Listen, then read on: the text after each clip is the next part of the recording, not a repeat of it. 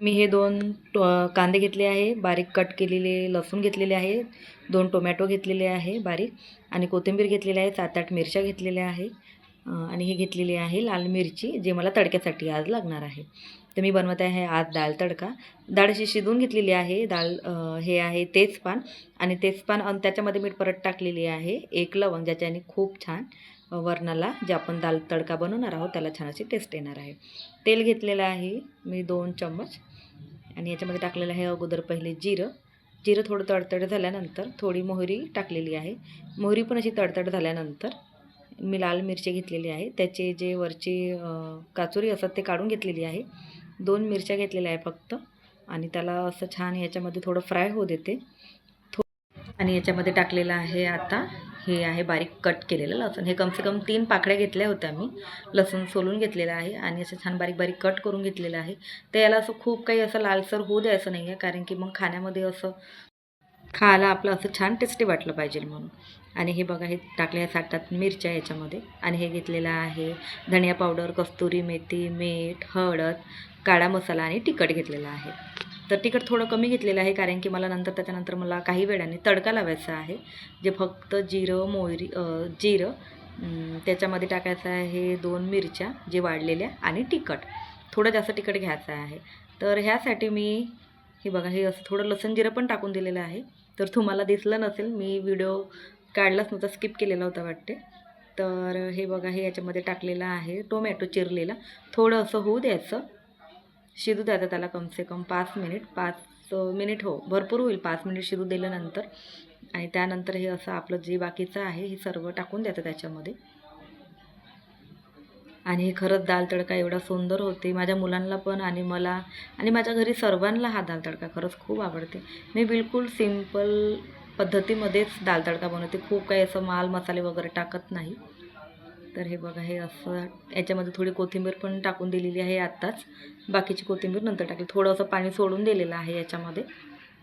थोडंसं हलवून घ्यायचं, कारण की आपलं तिखट मीठ असं करपून नाही गेलं पाहिजे, त्यासाठी कमसे कम 5 मिनिट तरी असं त्यांना होऊ द्यायचं.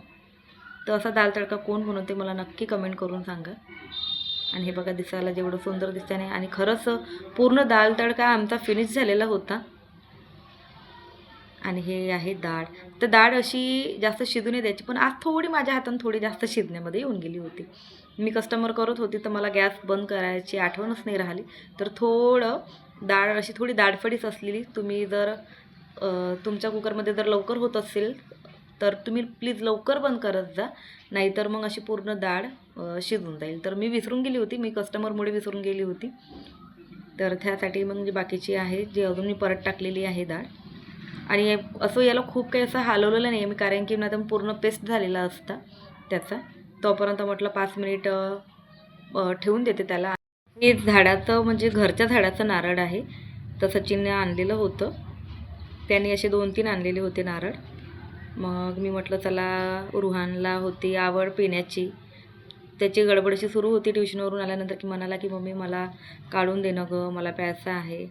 आणि तो इकडून तिकडून जात होता आणि म्हणत होता मम्मी झालं काय, मम्मी झालं काय, मम्मी झालं काय, सुरू होतं त्याचं. मी म्हटलं थांब, कारण की चाकून थोडं कट करायला थोडं प्रॉब्लेम जात होतं, पण असं खूप असं कोरडं होतं, असं काही असं जटरलेलं नव्हतं की ते चाकूनसुद्धा असं आपल्याला पाणी काढता येणार होतं चाकूने कट हो. तर असं कट करून घेतलेलं आहे. मग तिकडून आली स्वरा पण आली आणि स्वरा मला म्हणत होती की काकू असं कट करा, असं कट करा.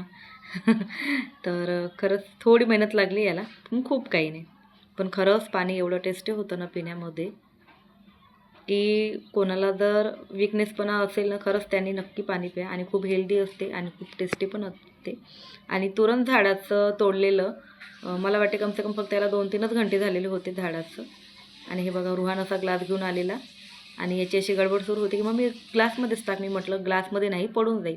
आणि मग मी असं एक पतेलं घेतलं आणि त्याच्यामध्ये असं छान हलू पाणी काढलं आणि खरंच ग्लासभर पाणी निघालं. ग्लासला थोडं कम होतं पाणी, पण निघालं. तर मग रुहानने सुद्धा घेतलं आणि म्हणाला की मम्मी दे, मी थोडं जास्त त्याला होल करते आणि पाणी काढते. तर त्याचं पाणी काढणंही सुरू होतं आणि इकडे एक साईडने टाकणंही सुरू होतं. मी तोपर्यंत कणिक म्हटलं मळून घेते. तर हे बघा, एवढं पाणी निघालं. मग रुहान अशी तांडणी आणली आणि त्याने छान असं गाळून घेतलं. आणि हे बघा ग्लासभर असं पाणी निघालं.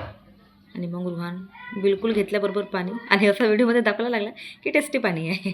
मग म्हटलं मी रुहान मला पण एक गुट पाणी. मग तो म्हणाला मम्मी एक गुट पाणी घे. म्हटलं चल मला पण एक गुट पाणी मी पण पिऊन घेते. आणि खरंच खूप टेस्टी होतं आणि खूप सुंदर होतं नारळ. आणि हे इकडे माझं तोपर्यंत वरण पण झालेलं होतं. मी असा तडका दिलेला, पण सॉरी मी तडका देताना मला असं वाटलं की माझा व्हिडिओ सुरू आहे, पण व्हिडिओ सुरू झालेला नव्हता. पण याच्यामध्ये काही नाही, फक्त तेल घेतलं आहे. तेल थोडं जास्त घेतलेलं आहे. 2 चम्मच तेल घेतले आहे. थोडं जिरं टाकलेलं आहे आणि त्याच्यामध्ये थोडं तिखट टाकलेलं आहे आणि हे 2 मिरच्या टाकलेल्या होत्या. कारण की थोडंसं दाल तडक्याला थोडं जास्तच थोडं तेल पाहिजे, तेव्हा ते थोडं दाल तडका ते म्हणजे टेस्टी बनतो. आणि हे टाकलं आहे त्याच्यामध्ये साजूक तूप. तर अशा प्रकारे माझं तूप घातलेलं आहे आणि खरंच याच्याने दाल तडका एवढा टेस्टी बनतो ना, खायला खरंच खूप असा यमी आणि खूप छान.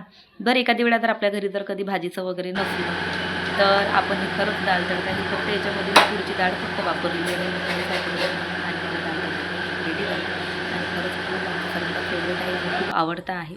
त्यानंतर मला खाली बोलवलं होतं माझ्या प्रगतीने, जी माझी पुतणी आहे तिने मला आवाज दिला होता. हे तिने माझ्यासाठी छान असा पिझ्झा बनवून ठेवलेला होता रुहानसाठी आणि माझ्यासाठी. दक्ष खाणार नव्हता आणि माझी जाऊबाई, याच्यामध्ये आमच्या तिघाचं पार्टनरशिप होतं.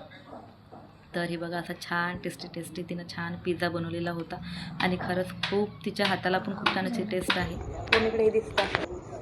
तर हा बनवलेला आहे पोगोनी पिझ्झा.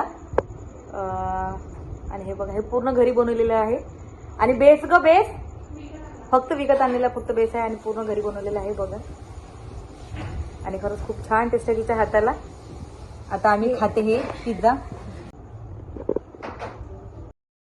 आजचा ब्लॉग इथेच खतम करत आहे. जर तुम्हाला असेच जर माझे व्हिडिओ जर बघायचे असेल तर मिनी ब्लॉग बघायचे असेल तर प्लीज जे माझ्या यूट्यूब सबस्क्रायबर आहे तर त्यांनी प्लीज लाईक करा, शेअर करा. आणि जे माझ्या चॅनलवर जर कोणी नवीन असेल तर प्लीज सबस्क्राईब करायला विसरू नका. तर सर्वांना बाय बाय.